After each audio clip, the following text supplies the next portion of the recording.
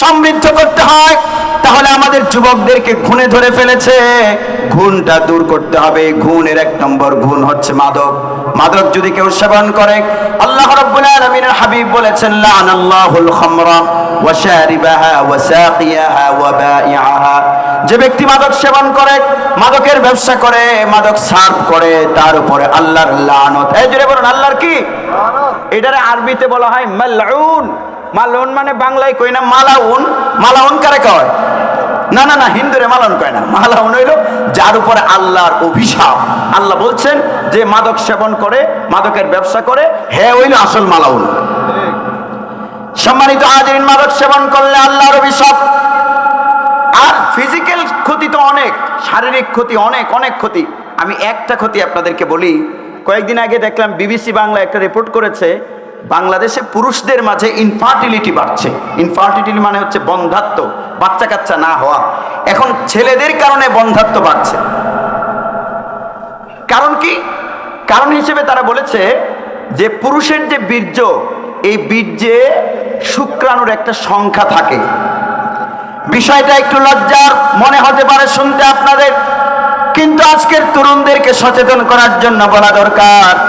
আজকের medical science বলছে, একজন মানুষ যখন তার স্ত্রীর সাথে মিলিত হয়, অথবা যখন তার স্বপ্নদোষ হয়, স্বপ্নদোষ হলে একবারে সাধারণত সুস্থ মানুষের গোপনাঙ্গ থেকে 2 মিলিলিটার বীর্য বেরিয়ে যায়। 2 মিলিলিটার। এই পার মিলিলিটার বীর্যে শুক্রাণু থাকে 200 মিলিয়ন। সুবহানাল্লাহ না বলে কোনো উপায় নাই। 200 মিলিয়ন মানে কি জানেন? 20 কোটি। তার মানে হলো আপনার একবারের মিলনে বেরিয়ে যাওয়া বীর্যের অর্ধেকে আল্লাহ রাব্বুল আলামিন 20 কোটি মানুষ তৈরির উপাদান রেখেছেন। এত আস্তে সুবহানাল্লাহ বললেন? এই সবাই জোরে আওয়াজ করে বলুন সুবহানাল্লাহ। আমার ভাইরা, 1 মিলিলিটার হইল এই যে এইরকম আর কি। 1 মিলিলিটারে 200 মিলিয়ন মানে হচ্ছে 20 কোটি মানুষ তৈরির উপাদান আল্লাহ রেখেছেন। তার মানে হচ্ছে আপনার একবারের মিলনে বেরিয়ে যাওয়া বীর্যে 40 কোটি মানুষ তৈরি হতে পারে। আজকের মেডিকেল সায়েন্স বলছে, এদিক দিয়ে নিয়ে আসুন।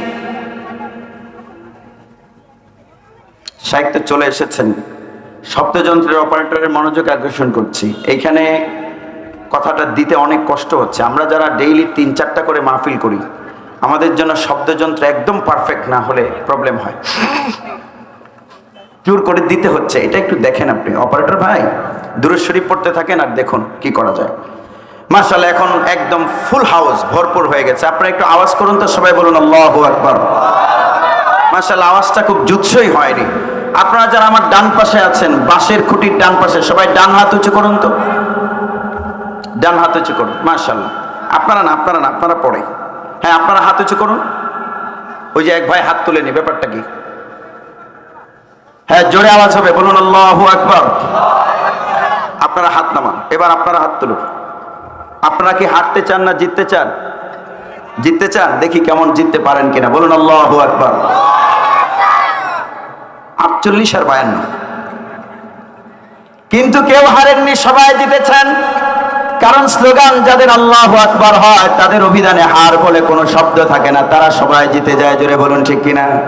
আমরা সবাই জিতবো এবার।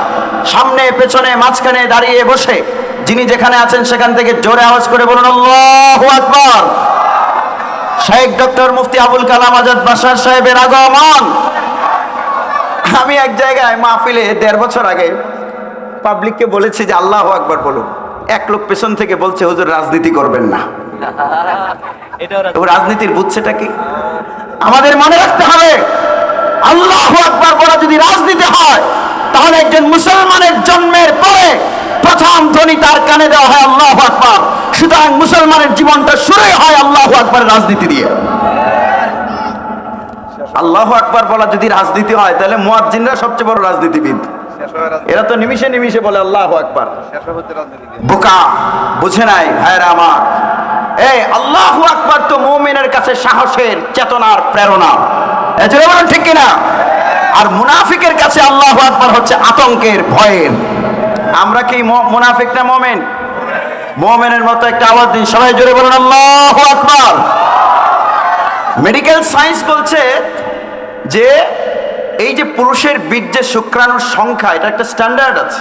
স্ট্যান্ডার্ড হলো 1 মিলিলিটার বীর্যে 15 মিলিয়ন শুক্রাণু থাকতে হবে। সাধারণত থাকে 1 মিলিলিটারে 100 মিলিয়ন থেকে 200 মিলিয়ন, কিন্তু এটা কমতে কমতে কমতে কমতে কমতে কমতে যদি 15 মিলিয়নের নিচে নেমে আসে, তাহলে এই মানুষটা বিয়ে 2টা না, যদি 4টাও করে তার বাচ্চা হবে না।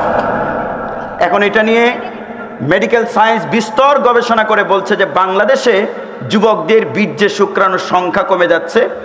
দ্য রিজন বিহাইন্ড দিস, এটার পেছনে কারণ হলো বাংলাদেশের যুবকেরা এখন মাদকাসক্ত হচ্ছে। আজ থেকে 10 বছর আগে মাদকাসক্ত লোকের সংখ্যা যা ছিল এখন কমে অর্ধেক হয়ে গেছে না? জোরে বলুন, কমেছে না বেড়েছে? এই যে বাচ্চা, আপনাদেরকে খুব কেয়ারফুলি সিদ্ধান্ত নিতে হবে। আপনি যদি আপনার সন্তানকে মাদক মুক্ত করতে না পারেন, তাহলে আপনি হতে পারে নাতি নাতির মুখ দেখতে পারবেন না। এই জন্য মাদকের কুফল হলো, মাদক যদি কেউ গ্রহণ করে তার উপর আল্লাহর লানত। দুনিয়াতে অনেকগুলো কুফল আছে। রক্ত নষ্ট হয়ে যায়, চোখের পাওয়ার কমে যায়, কিডনি ড্যামেজ হয়ে যায়, ব্রেইন ড্যামেজ হয়ে যায়, এরপরে প্রজনন ক্ষমতা কমে যায়, স্বাস্থ্যগত কুফল। আল্লাহ নবী সাল্লাল্লাহু আলাইহি ওয়াসাল্লাম বলেছেন, মান জানা ওয়া শারিবাল খামরা নাযাআল্লাহু মিনহুল ঈমানা কামা ইয়ানজাউল ইনসানু কামিসাহু। খুব মনোযোগ দিয়ে শুনুন, 2-3 মিনিটের মধ্যে শাইখকে বসিয়ে রেখে, যদিও তিনি আমার যেটা ধারণা সেটা হচ্ছে যে তিনি আনন্দ চিত্তে আমাকে কথা বলতে দেবেন, আমি কথা বললে তিনি রাগ করবেন না, কিন্তু এটা আদবের খেলাফ। আমি তাকে বসিয়ে রেখে কথা বলবো না, 2-3 মিনিটে শেষ করব। যে বিষয়টা শুরু করেছে এটা জাস্ট একটু শেষ করব। আল্লাহ নবী সাল্লাল্লাহু আলাইহি ওয়াসাল্লাম বলেছেন, কোনো ব্যক্তি যখন জিনা করে, কোনো ব্যক্তি যখন মদ পান করে, বিকারগ্রস্ত থাকে, তখন তার ভেতর থেকে ঈমান বের করে নিয়ে যাওয়া হয়। কামা ইয়ানজাউল ইনসানু কামিসাহু, মানুষ যেভাবে তার শরীর থেকে জামা খুলে নেয়, ঈমান ভেতর থেকে বেরিয়ে যায়।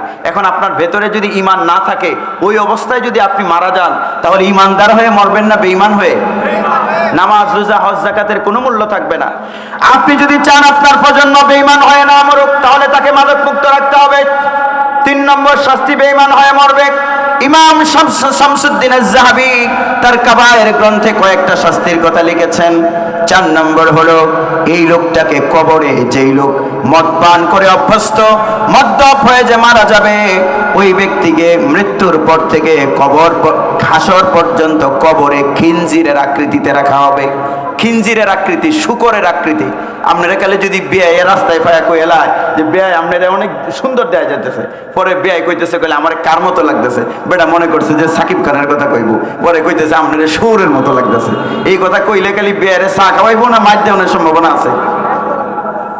ইমাম শামসুদ্দিন আয-যাহাবী লিখেছেন, মাদক সেবন করলে কবরে তাকে শুকরের আকৃতিতে রাখা হবে। তারপরে যখন হাসরের ময়দানে সে উঠবে, জিহ্বা ঝুলে যাবে, জিহ্বা থেকে উৎকট দুর্গন্ধ বেরোবে, চিৎকার করে করে বলতে থাকবে, পানি দাও, পানি দাও, পানি দাও। তখন তার হাতে পানি নয়, একটা বিষের পেয়ালা দেওয়া হবে। জোরে বলুন, কিসের পেয়ালা? বিষের পেয়ালা দেওয়া হবে। বিষটা এতটা ঝাঁঝালো হবে, বিষের পেয়ালা মুখের কাছে নেওয়ার সাথে সাথে চেহারার গোশত খসে পড়ে যাবে। তারপরেও তৃষ্ণার তীব্রতার কারণে সে পান করবে, গোটা শরীরের গোশত খসে পড়ে যাবে। এরপরেও চিৎকার করে বলতে থাকবে, যারা মদ, জুয়া, ইয়াবা, ফেন্সিডিল, জুতার কষত খায়, ঠিক না, এগুলো যারা খায়, তারা চিৎকার করে বলবে, পানি দাও, পানি দাও, পানি দাও। ওই সময় তাকে কি দেওয়া হবে?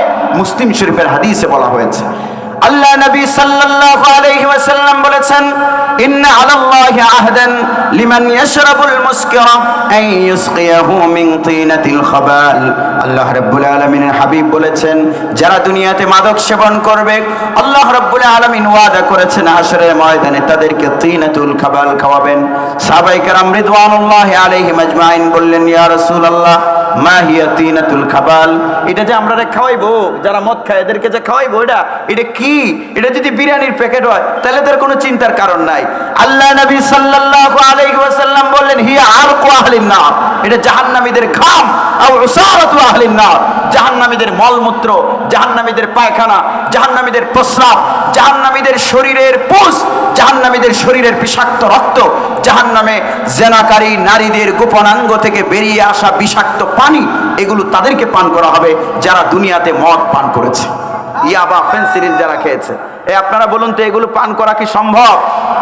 এই জন্য প্রজন্মকে সাবধান করতে হবে। 1 নম্বর হচ্ছে মালহন হয়ে যাবে, অভিশপ্ত। 2 নম্বরে স্বাস্থ্যগত কুফল। 3 নম্বর ইমান হারা হয়ে মরার রিস্ক।